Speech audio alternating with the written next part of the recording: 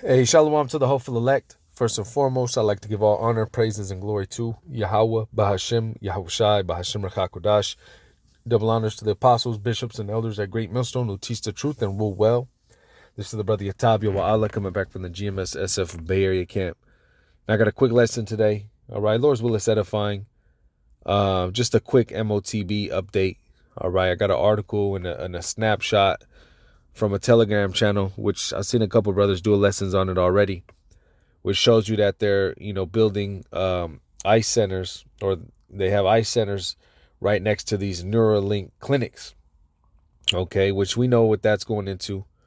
All right, that's part of the Motb, that brain CHIP. All right, but there's no coincidence why they're building it close to ice centers. All right, a Revelation of 12th chapter. Esau is going to push what he wants to be pushed, but the elect aren't going to take what's offered. All right. And ultimately, it shows you where we're at in terms of prophecy. All right. As we measure the times, as it says in the book of Ezra. All right. We know what times we're in. All right. We see the prophecy speaking. And real quick in Habakkuk, the 2nd chapter, verse 3, it says, "For the vision is yet for an appointed time," which you go into the visions is these prophecies. And they're for an appointed time, which, we're at what? We're at the end. So we're seeing end time prophecy speak. Before World War III gets popped off fully, all right, before Yahushua makes his return and save the elect, before that thermonuclear destruction happens, you have to have this Motb come out. All right, it has to be implemented. And we see that we're close. It says, "For the vision is yet for an appointed time, but at the end it shall speak and not lie, though it tarry, wait for it, because it will surely come, it will not tarry." And what does it mean to be speaking? Meaning it's being made clear, it's manifesting. All right, we're seeing things like this, which I'm going to get into, that shows us we're close to this thing popping out. All right, now first, I want to get this. This is, again, a snapshot from a Telegram channel. All right, and it shows you these Neuralink clinical sites close to these ice centers. It's the first bullet point. It says, Miami, Florida, Neuralink's clinical site at the University of Miami is located near the Chrome Detention Facility, where reports from late 2024 to early 2025 noted detainee deaths involving neurological symptoms, prompting calls for investigations. All right. No coincidence. Phoenix, Arizona, a Neuralink research site, is based at the Barrow Neurological Institute, situated near ICE facilities where, according to reports, solitary confinement times increased significantly. Last bullet point, Hawaii connection. Allegations have suggested potential connections to Honolulu, FDC Honolulu, and Straub Medical Center involving transfers, detainees, raising questions about logistical proximity to medical facilities. All right, so we're seeing that there's no coincidence why these things are popping up right next to each other. All right, it's about to get popping. All right, and then I have this other article. This just coincidentally came out March 23rd, a couple of days ago, about a week ago. It says Elon Musk's first Neuralink brain chip patient, Nolan Arbaugh, shares a 100-day update, says, "I can't imagine life without it." All right, it says Nolan Arbaugh, I'm going to read a little bit of it. The first person to receive Elon Musk's Neuralink brain implant has completed 100 days with the device and shared his experience in detailed social media posts. Arbaugh, who has been paralyzed from the shoulders down since 2016 following a diving accident, described how the implant has changed the way he interacts with technology and his daily life. Arbaugh explains that the procedure involved implanting ultra-thin threads into his motor cortex using a robotic system. The surgery required a small incision and was followed by a quick recovery period within a week. He noted visible healing and said he felt mentally sharper once the brain-computer interface was activated. He described the overall experience as science fiction that somehow became my everyday reality, reflecting on how quickly the transition from surgery to usability took place. After activation, Arbaugh began learning how to control a computer cursor through his thoughts. Initial sessions involved calibration, where he trained his brain to translate intention into movement. Over time, such actions as scrolling, clicking, and typing became more natural. He also connected the system to an Apple MacBook and reported that the integration allowed him to use the device without physical input. In one part of his update, he wrote, "I went from being completely new to using a Mac to navigating entirely with my mind." uh,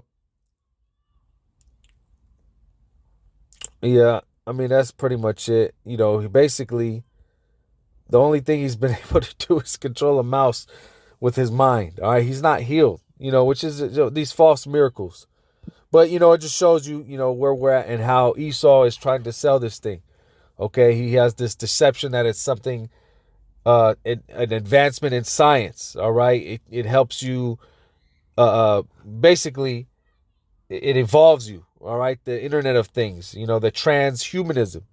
And then we know as well as what the chip that goes into the hand goes into, also monitoring and then what payment, which they can, use all these things in all these chips. Okay. Now, I wanted to grab this because, hey, this shows us where we're at. All right. And from our apostles and elders on down, we've been going into these things. So when Esau implements it, all right, there's no excuse. All right, it says, Matthew 24:24 says, "For there shall arise false Christ or false Hamashiachs and false prophets, and shall show great signs and wonders, insomuch that if it were possible, they shall deceive the very elect." All right, now this is part of that. This is part of a great sign or a wonder. Somebody who's paraplegic or somebody who's paralyzed, able to do day-to-day tasks that usually wouldn't be able to be done. Control a mouse. All right. And, it talks about it in that article. He's able to play video games. Okay. Just with his mind. But the thing is, he's not being healed. Right. So it's a false wonder. Okay. It's a false miracle. It's a pseudo miracle. But it shows you how Esau is trying to control the narrative and he's trying to sway public opinion, all right, in implementing these things, all right? Now, it's going to go more than just, medical. It's going to lead into, convenience, being able to pay. And ultimately, things are going to get shut down to where, hey, this is just going to be the next way of life. And those who don't get it are going to be ostracized from society. All right. So again, it's part of that selling phase right now, but ultimately it is going to be implemented. All right. But what did it say? It says, if it were possible, they shall deceive the very elect. The elect are not deceived from these false miracles. All right. The elect are not deceived from Satan. All right. His physical counterpart, which is Esau Edom. Real quick, let me jump over here. 2 Corinthians 2:11. Yep, and it says, "Lest Satan should get an advantage of us, for we are not ignorant of his devices." We're not ignorant, okay, of what's Satan's pushing. We're not ignorant of his sihib. We're not ignorant of the Motb, because really this is what? The Lord's Motb. All right, the Lord is using Satan, all right, or Esau on the left-hand side to push his agenda. And this Motb happens to be a part of that agenda on the left-hand side. But what has the Lord done? He has sent out his prophets from the apostles and elders on down to warn us of these things. All right. He has given us the Holy Spirit to understand the scriptures, to understand the signs, the times, right? The signs and the times, to let us know this is the Motb. So when you have groups out here that are speaking and not warning the sheep, it shows you that they're not true prophets. All right. Well, the scriptures say what? He shall reveal his secrets unto the servants, the prophets. One of his secrets is what? This end-time prophecy going into the Motb. And his prophets have this breakdown. All right. That's why, again, from the apostles and elders on down, we are pushing this. All right. We are letting it known. So at the end of the day, you can't have anybody say that they didn't know. All right. There is no excuse coming into this thing. All right. Now, we go over this all the time. Just to bring it out, Revelation 13 and verse 16, it says, "And he causeth all, both small and great, rich and poor, free and bond, to receive a mark in their right hand or in their foreheads." We know what this is going into. Okay. Hey, we're reading about the one that would go into your forehead. He's also going to have one that goes into your hand or anywhere in your body for for that matter. All right. It says, and that no man might buy or sell save he that had the mark. And it's funny because right now, what are they pushing? It's science, but it's more so in the healing, or not even healing, the medicine or the science aspect of it, where they can control a mouse. But eventually, what's the end goal? That you'll neither buy nor sell. Ultimately, total control. All right. It's a stamp when you go into this word of a mark of servitude. You accepting the beast and you accepting his system. All right. To where you bow down to it. It says, and that no man might buy or sell. So again, it's going to eventually lead to finances. And that's why, again, if you don't take it, what happens? They're going to ostracize you from society. Okay. But again, Lord's will we be of the elect. Lord's will we be of the number that be saved. We don't have to worry about these things because we understand that the Lord is in full control. And, the scriptures say, my servant shall eat. All right. So it's not a determining factor in whether to take this thing, because we know that, hey, ultimately the Lord provides. Okay. But to the majority of our people, all right, to the majority of people in general, when they've been trusting the government so long, when they've been trusting Esau for so long, what are they going to do when this is their solution? When all this chaos, and you see the chaos being set, all right, you see they're talking about energy shutdowns. All right, they're talking about no food. They're talking about famines, They're talking about war. So imagine, a polycrisis. Imagine all these things happening at once. And then the only solution, all right, to bring that chaos down or to bring order to that chaos is a sea hit. What do you think the majority of the people are going to do? They're going to take it because this is all they've known. And this is all they've trusted their whole lives. Why would our government be lying to us? Why would there be such an evil man to put this into us to have total control? Because you're dealing with the devil. All right. And again, the elect know these things. Verse 17, it says, and that no man might buy or sell save he that had the mark or the name of the beast or the number of his name. And when you go into the mark, we go into a charagma, root word karax, root of that is grapho, going into the actual chip and the delivery system, which is, however they do it, but really it's the needle. All right. However they surgically implant it with the Neuralink. Okay. And the grapho is the information that's stored on it. Right. It says, verse 18, here is wisdom. This is wisdom. Let him that hath understanding count the number of the beast, for it is number of a man, and his number is 666. So this is true wisdom. All right. And this wisdom, okay, is obtained by the elect. The scriptures say the elect have obtained it and the rest were blinded. Right.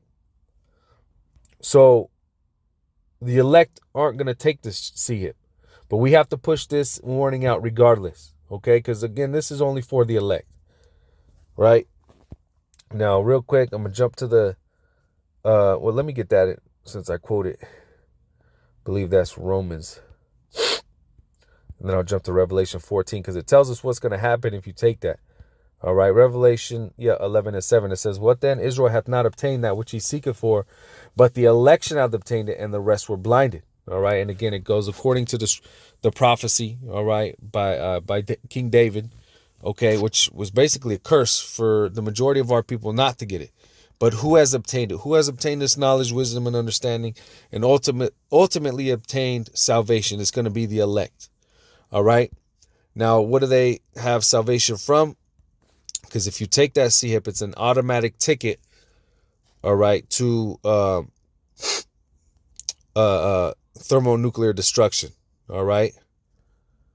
Yep. Verse 9, Revelation 14:9. And the subheading is doom for worshipers of the beast. It says, and the third angel followed them, saying with a loud voice, if any man worship the beast and his image and receive his mark. And who is the beast? The beast is NATO and the EU. All right. Which is what the revitalized Roman system that exists today.